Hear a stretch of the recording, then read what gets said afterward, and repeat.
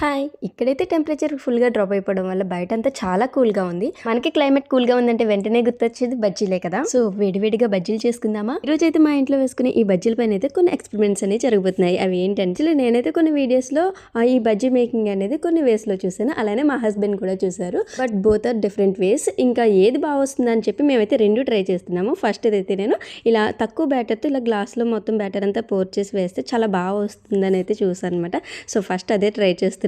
నేను వేసిన బ్యాటర్ కొంచెం లూజ్ అయింది అండ్ ఆయిల్ కూడా ఫుల్ హీట్ అయిపోయింది. సో, అంత పర్ఫెక్ట్ గా అయితే రాలేదు. అండ్ ఇంకా మా హస్బెండ్ చూసిన వే అయితే ఇదైతే నేను బ్యాటర్ రీమిక్స్ చేసి వేయడం వల్ల బాగా వచ్చినాయి. అండ్ సో ఫైనలీ మా బజ్జీలు అయితే రెడీ అయిపోయినాయి. మీరు బజ్జీలు వేసుకున్నప్పుడు ఎన్ని వెరైటీ ఆఫ్ బజ్జీ వేసుకుంటారో నాకైతే కామెంట్ చేసేయండి. మేమైతే కన్ఫర్మ్ గా బజ్జీ బండి అయితే దిగిపోవాల్సిందే. మిర్చి అండ్ టొమాటో అయితే కన్ఫర్మ్. ఇంకా వాటితో పాటు హస్బెండ్ అయితే మిక్చర్ కూడా చేశారు. చూస్తున్నారు కదా, అసలు ఆ ప్లేట్ చూస్తుంటేనే నాకైతే ఇప్పుడు వాయిస్ ఓవర్ ఇస్తున్నాయి. ఇప్పుడైతే నోట్లో వాటర్ వచ్చేస్తుంది. అంత బాగా కుదిరాయో అసలు. చేసేటప్పుడు చూస్తే ఆ మిర్చిని అసలు ఇవి స్పైసీ ఉండవేమో అనిపించింది. బట్ వన్స్ టేస్ట్ చేస్తేనే కానీ దాని స్పైస్ లెవెల్ అయితే తెలియలేదు.